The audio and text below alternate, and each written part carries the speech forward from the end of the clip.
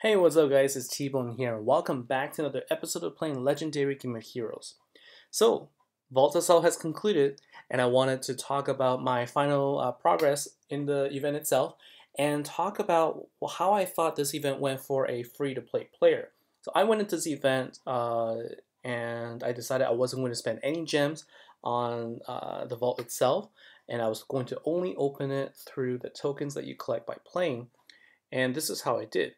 So I was able to get into Master Vault. I focused on only opening the multi-token draws using 5,000 tokens. And you can take a look here at the vault point. And you can see that at the top I have 6,000 tokens total. So if you do some quick math, that came out to 24 total pulls from the vault. Okay, so I was able to collect enough tokens to pull to open the vault 24 times, and then got to the master vault about turn 22 or so.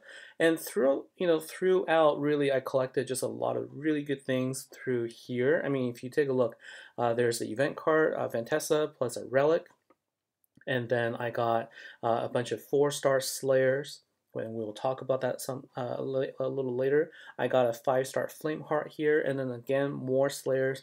Eventually ended with 2 more Vanguard Contessa cards. All right, so unfortunately, in the Master Vault, I wasn't able to pull anything beyond just banners and the scrolls. But the point is, by playing through the event without spending any gems, I was able to get really good stuff anyway. Okay, so I wasn't disappointed that I didn't get the top rewards there. I mean, I would have liked to have gotten it, but I was happy with what I did end up with.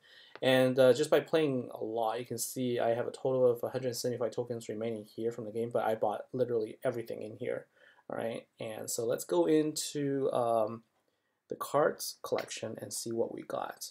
So let's go by age, and let's just get rid of this guy because I literally just bought him from the store just to use up some tokens.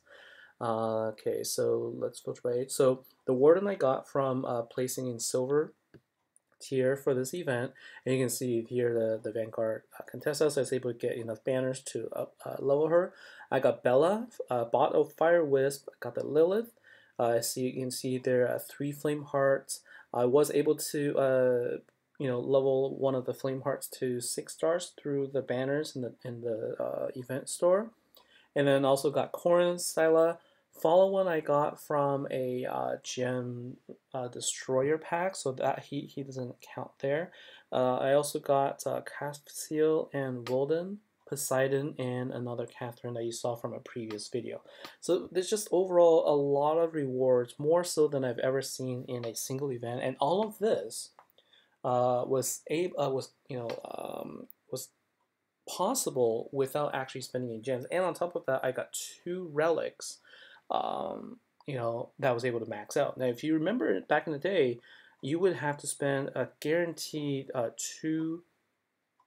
2,000 or at least 1,000 if you only focus on having 1 relic, and only recently they introduced the ability for you to get a free card. But here I got an event card and multiple of the free the support cards here. So I thought that overall I enjoyed it. I mean, it was a grind for sure, but it is possible for someone who's free to play to be competitive.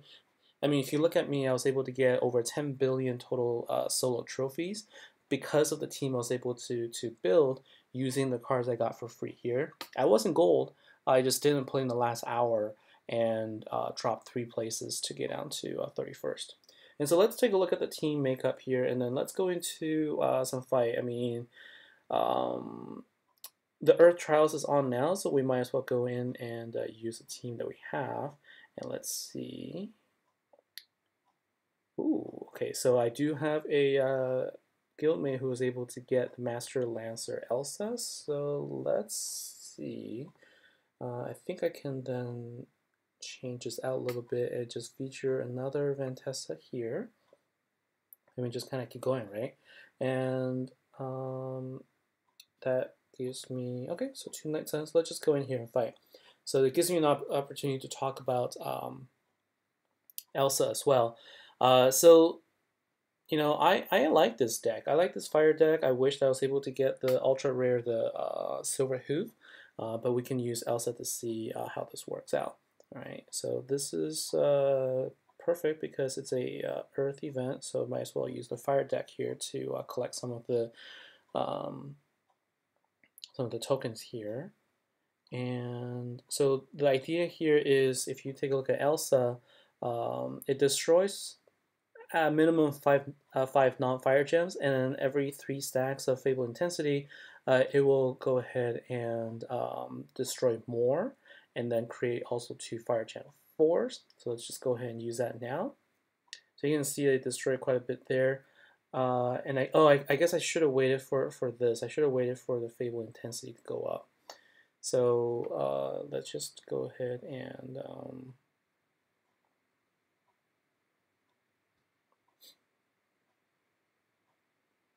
how many turns does it take? I think so it's 3 turn cooldown. So I probably will not be able to show that this time. I'm not used to using her. So here it is. So the Fable. So what is it? It does. You can see the sign there. That's how you can tell that the Heart of Flame is active. And unfortunately, I already used it, so that was bad on my part. Let's just go ahead and use contest. Let's go ahead and use trample here. Contessa basically increases the turn of your opponents, and what I'll do is I'll just gonna show you sort of how I normally play, and let's use a Night Sun to drop all the red gems, and we'll use another one here. The Night Sun also does attack when you use its battle skill, and okay. So let's just go ahead and complete this event here. So I mean, like with this deck now, I mean it's just really easy to go through these non-feature events. I mean, this was basically a deck that you could use to take down a guild boss, right? So I'm pretty happy with this deck. I'm really happy with just playing with it, and overall, I thought that it gave me a lot of motivation to really go through and just just play. And let's just go in one more, and let's see if we can see another deck, another card that we can use. Let's see if any of our friends have a silver hoof. And now that I've learned my lesson, oh, here's another one with Elsa. Okay. So remember, this time we're only going to use her battle skill when Flame of Heart is active. Okay, and let's see here.